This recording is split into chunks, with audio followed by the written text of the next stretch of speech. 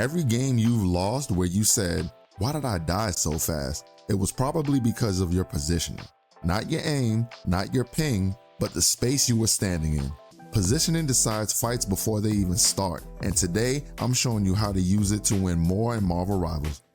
What's good? It's your boy First Player Shooter, and this is a part of my journey to top 500. I'm not there yet, but every match, every loss, every breakthrough, I'm learning and sharing it with you. This series is about leveling up together. If you're trying to go from casual to competitive, this is the guide you wish you had when you started. All right, so real quick, let me paint you a picture.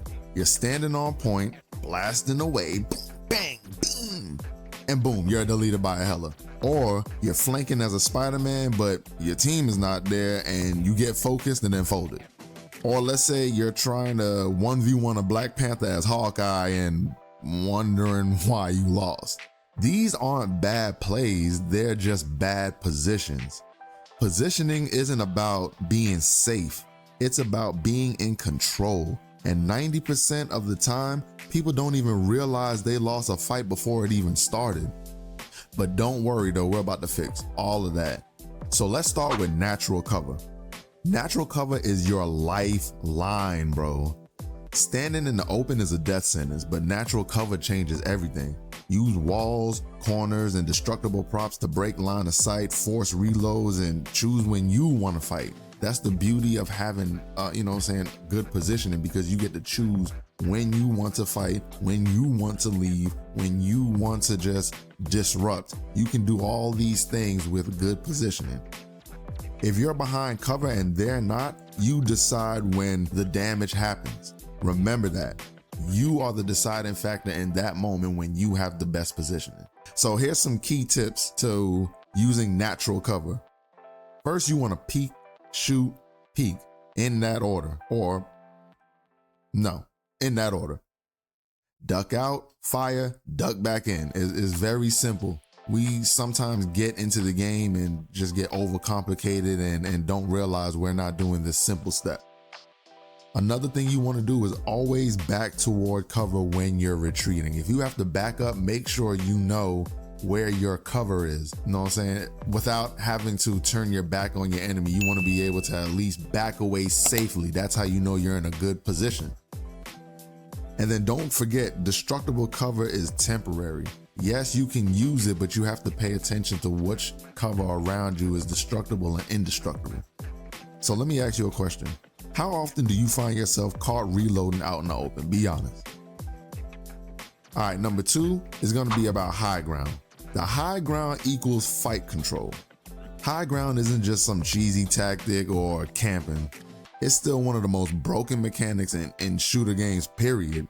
Everybody knows to take the high ground. Well, I can't say everybody because not everybody is versed in, shooter games or FPS games. But high ground is one of the best places you can be at certain points. From high ground, you get better angles. It's easier to retreat to different paths, safer pressure, you know what I'm saying? When you're up high and the enemy is down low, you're allowed to just let off for a little bit before they can realize what's actually going on. You know what I'm saying? And you have a vision advantage over them because you can see more. So for example, if I attack someone from above, it's hard for them to focus me up, but I can jump down and clean up if they're weak.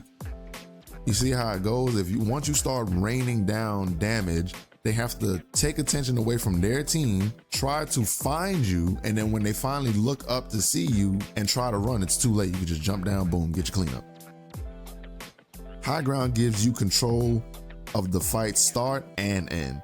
So just whenever you're positioning yourself, try to remember, I need to divide my team anyway, so let me try to get a high ground angle and distract the team. All right, for number 3, I want to talk about range matching. Now, you need to know your character's sweet spot and fight only in that range. Some people I see, it's so bad. Sometimes you'll see people that are just way out of their range and you're like, bro, just move up so you can hit the target. Like, you're not a sniper. For example, Bucky, why are you all the way in the back line? I mean, I know you can hit some shots, but it's like, you're way behind us. What's going on here? Spider-Man, why are you up here on the front line with us? Can you You know what I'm saying? Like, play in your range. I understand that, you know what I'm saying? Spider-Man might be a melee character, but it's like, bro, go to your range. Go to the 1v1s and get head up with those people. You know what I'm saying? You have to know your character's role. That's a very important topic that needs to be discussed because a lot of people are not getting it. All right, so you want to know your character's sweet spot in the fight and only fight in that range. For example, Hawkeye, distance. Panther, proximity. Black Widow, she could just pick you off from way across the field, not brawling in the middle of the match, in the middle of the whole fight. You would be surprised at how many times you will see this going on. A great player doesn't take every fight. They take fights they're built to win. You have to be in that position. Once again, this is a part of positioning, guys. You don't want to get popped by a sniper before you even have the chance to reach your range and where you need to go and where you need to be. All right, so in order to get into your range, here's some key tips. Scout before diving in. For example, Captain America, you always have to pay attention to what's going on in the back line and in your back line before you dive in and harass them, all right? Because they could be running triple heal and you only see one healer and there's nobody diving your team and you think that it's safe to go, but since you just dove right in, you didn't see the other two healers around the corner, or using natural cover to use their third person view to get an eye on you diving their backline. All right. Another tip is wrap around and don't peek too early. It's okay to go around, especially if you're a mobile character. Now, if it's going to take you a long time and you're just going to be, you know what I'm saying, staggering and not helping your team out just because you want to flank, you might want to think about that first. And then another tip is you want to try letting your enemy walk into your range and not the other way around. All right, this is another thing that I learned too. I had to pick up on and try to apply it in my matches. Bait them into coming to you. For example, I do this a lot with Penny. I know if you're a Penny player, you know how this goes. You set up your traps, you set up the bombs, and you flank them. You start hitting them with a lot of damage. Eventually, somebody's gonna get too aggressive. Psylocke, I'm talking to you. I run into this a lot with Psylocke. Scarlet Witch, you're another one. I run into this with these characters all the time. They just bum rush you. I don't know what it is, but boom, they're dead. You know what I'm saying? You want to draw the enemy in whenever you get the chance, because if you could draw them in, well, then you don't have to do too much work. So real quick, let me know, what's your main? Do you like mid-range, long range? Are you a melee character? You know what I'm saying? Let me know in the comments. All right, tip number 4, off angling. Now, off angling means, if you don't know, it means you're attacking from the side, but not directly with your team. This makes it harder for enemies to use one piece of cover to block all incoming fire. This is one of the best.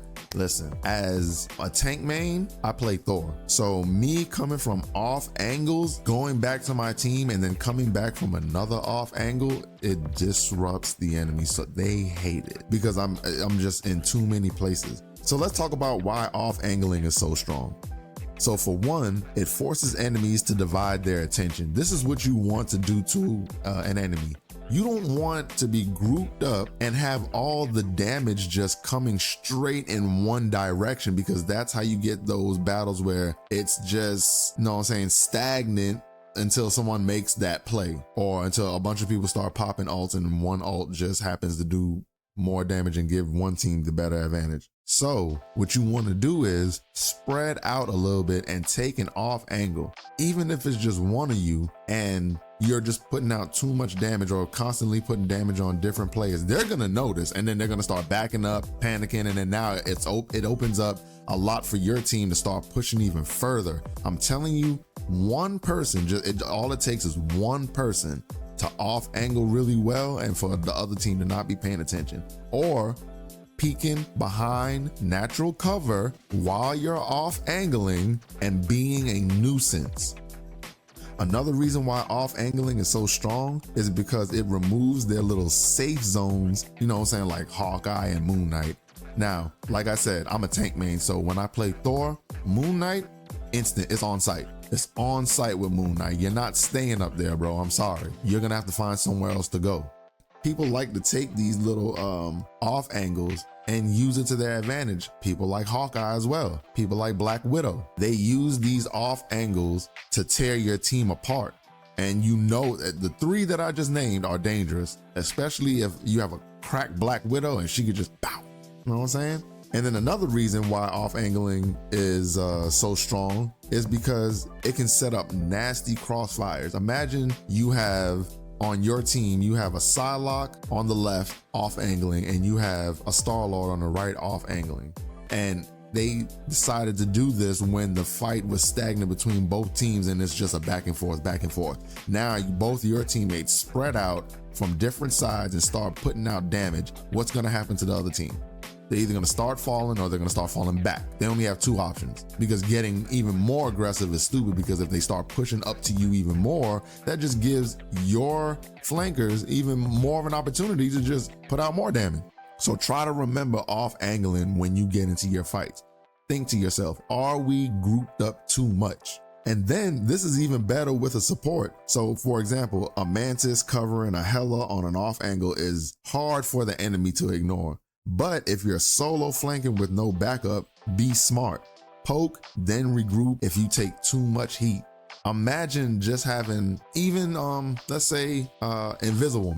You got a Hela up top off angling, know what I'm saying? And then you know she can two-shot the enemy while you have the shield up for her. So now she's just up there doing damage. Somebody's gonna have to go get her from the enemy team. Otherwise, she's just gonna sit up there and do damage. Build up ult charge, and you know her ult is even crazier. These are the smart plays that pros make, and we have to try to remember these things. Remember, I'm growing along with you, so I'm not always doing these things, but that's why I'm bringing it to you, so we can grow together. And remember, this is all about getting better. It's gonna take some time. All right, so tip number 5, positioning options. Now, this is a thing that a lot of people don't exercise. I found that good positioning gives you multiple ways to respond. So for example, can you retreat safely from the spot that you're in? Can you push on a low health enemy for the finish? Can you disengage from an ult? These are the things that you have to ask yourself when you're setting up yourself in the position you need to be in at your best range. All the maps have health packs in spots where a lot of flankers would be. If you like really think about it, they're always on the sides somewhere. And if you could position yourself natural cover, high ground at an off angle with a health pack behind you, imagine how dangerous you will be if you have a good healer that sees what you're doing and is just constantly taking a second or two to just look at you real quick to make sure that you're okay. You have a big advantage over the other team until they figure you out and try to flush you out. But by that time, them leaving their team, you're doing what you're supposed to do. So now you're about to either flank back to the team, go to that health pack while you're drawing them in, take them out, and then now you're back in the fight. So just remember, if you're in the open and you're in a corner with no exit, you're locked into a bad outcome. Just think about it. Have you ever lost the 1v1 you were winning just because you had nowhere to go? Listen, this has happened to me before. A lot of times. I'm new to the game as well. I'll think I have a good position, think I have somewhere to go, and then boom, nothing. All right, now speaking about health packs, let's move into tip number 6. Health packs are like free cooldowns. A lot of players don't think about health packs until they actually need them, and then it's too late. I always try to play near a health pack or know exactly where a health pack is so I can go get it just in case, you know, my healer goes down or they're doing something, you know what I'm saying, or whatever it is. I just can't get heals at the time and I need to just go find my own health pack. This is very important. Your teammates are doing things also, so you need to understand and know where the health packs are and when you need to go get them. Smart players fight near health packs and use them during duels. So always think to yourself, where's a health pack? How fast can I get to one health pack? What I like to do is I like to backpedal into one mid fight just in case, you know what I'm saying? Especially if I corner an enemy and we're in a room together, always block off that health pack. Don't even let them get it. Even if you don't need it, stand in it. Be selfish with the health pack, you know what I'm saying? Another thing I like to do with the health packs is watch the ones that are on the flank routes near my team, because people will always try to flank and then use that health pack like I was just telling you earlier. So you want to keep an eye, you want to be near that health pack on your side of the team, because someone on the other team will try and come and get it. And we all know in certain maps where certain health packs are that people just gravitate towards too, because they have no choice. And then you just want to think about health packs as an extra cooldown on the field for you, which it technically is. Whenever you're in a bad spot and you have no cooldowns, you're low on health, but you were able to get away from the enemy, that health pack is going to help you reset so fast if your healer doesn't see you. All right, tip number 7, ult awareness. Positioning changes dramatically when you know certain ults are online. So for example, if you're paying attention to the enemy team, you will know that a Luna Snow is going to get her ult because of how much healing she's doing to her team or how much damage she's putting out to your team. And the same could be said for any other character. If you see a character going crazy, they're obviously going to build up their ult charge fast. Moon Knight, if you keep getting hit with those unks, he's gonna get that ult charge. All right, so paying attention to ult charges is very, very important, because, for example, if you know Strange is going crazy and he jumps into the air, or you hear a portal coming, he's most likely trying to use his ult, but you paying attention, being in a good position, you can back away because you're not grouped up too much with your team, unless you have a brawler comp or something like that. But paying attention and being behind cover in the right position, you'll be able to escape. So ult awareness is just basically about paying attention to who has an ult and being able to escape the ult when you can. You know what I'm saying? Not everybody's perfect. Not everybody's gonna just know, oh, he has an ult coming. You know what I'm saying? It takes time to learn characters' rhythms and stuff like that, but you'll get it and you'll pay attention to it. You'll see it. And as long as you're in a good position and you're timing the ults, you'll be able to get away. All right, tip number 8 I want to give, it's about map walkthroughs. Going through the maps and just, you know what I'm saying, just looking around, have a little tour, go into the map and just explore everything, bro. Use the character that you main and just look, where are the best angles and where are the worst angles for me when I get on this map. It's real easy to just jump into a map and just learn what's best for you. All right, find power positions, find places to retreat to, look at different routes that you can go on, you know what I'm saying, when you need to get in and out of spots. Off angle flanks, check for those, and especially the health pack spots like we were just talking about, you need all of that. These are the type of things that you're gonna gain access to over players that are not doing it. You're gonna get the advantage. Now, of course, I know, you know what I'm saying, we play the maps all the time, so we know this, that, and other. Yeah, you know when you're under the pressure. That's when you're on the map. You're not casually walking around the map, looking at all the spots and just getting familiar with it. That's more important than just playing the game. You have to actually just look at it from a different point of view and say, oh, I didn't notice that there before. Most maps have no cover on point on purpose, so you need to play around the objective, not on it. And that's very important, and that's another video. It's not really about fighting on the objective. It's about controlling the space and winning the fight to get to the objective, and then pushing beyond the objective to keep the objective. But y'all ain't ready for that, man. Y'all ain't ready. That's another video. If you want to see a video on how to get better at taking the point, you know what I'm saying, getting the objective, just drop it in the comments and let me know, man, and I'll run it. But let me ask you a question really quick. Have you done a solo map walkthrough yet? All right, so that's the tips that I have. Me personally, growing up and watching videos, taking notes, playing the game, all this stuff, all my experience, even though it's still little, I'm still giving it to you guys. Once I focused on positioning, I started surviving longer, making better trades, and winning a lot more fights with less risk, bro. And it's so much easier when you are in a good position. Like, I wasn't just reaching, I was settling the terms of the engagement. I still mess up, I still peak wrong, but every match I learn something new. And if you're watching this, we're learning this together. That's the whole point of me making YouTube. When I made this channel, bro, I was like, man, it's just so many pros and higher skilled players. Even when I was playing Call of Duty, it's just I'm taking advice, which is good. It's always good to learn from, you know what I'm saying, the better players in any position. But we also need to listen to people that are on our level too, because they're seeing things differently as well. sometimes pro players, they do things, a lot of the times they're doing things by second nature, really, where it's just already in them and they just know how to do it. So when they explain it, sometimes it's not explained to a point where as a new player, you'd be like, oh, that's what that is. Because they're not really going through all the same things that we're going through. You know what I'm saying? So I listen to a lot of new YouTubers as well. It just goes with the territory. When you're a student of the game, you want to learn. All right, so before I dip out, I'm gonna just go over all the tips that I went through one more time. Use cover. Natural cover is your best friend in the game. It's going to help you stay alive, deal damage when you want to, and exit fights when you feel like it. Own the high ground. Always try to hit the high ground to distract your enemy. It is a very good advantage. Fight at your range. Don't position yourself in a spot where you know you're not as effective. All right? Venom, you're not doing anything behind the team. You need to be in front of us or behind their team. The next tip, off angle when you can. Try to hit that flank, even if it's only for a few seconds. You don't want to stay there too long anyway, but try to hit the off angles.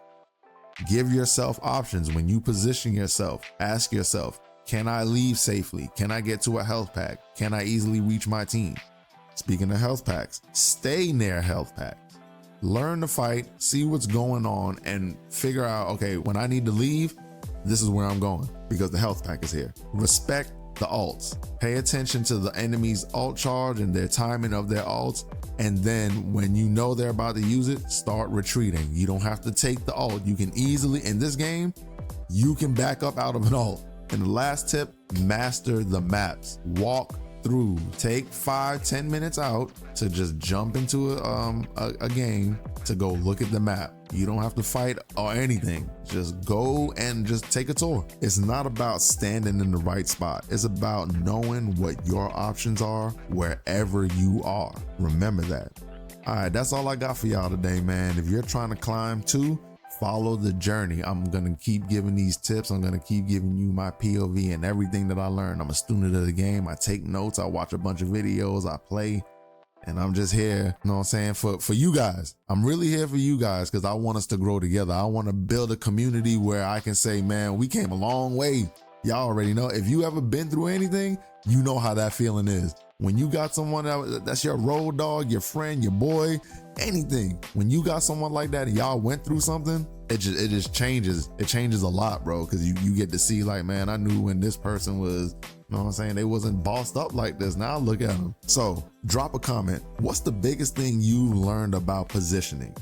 I'll be breaking down more strategy each week, including VOD reviews, matchup breakdowns, and mistakes that I'm still making so you guys can learn and see what, you know what I'm saying, how the growth goes. And if you want to catch this in action, I stream my grind live. Come ask me questions or flame my positioning in real time. Either way, we're getting better together. The link is going to be in the description for my Twitter. You can come over there and follow me live, man. Instagram, Twitter. Did I say Twitter already? Or Twitch? The link to the Twitch, the link to all of that is going to be in the description, man. So y'all be safe, man, and I'm out.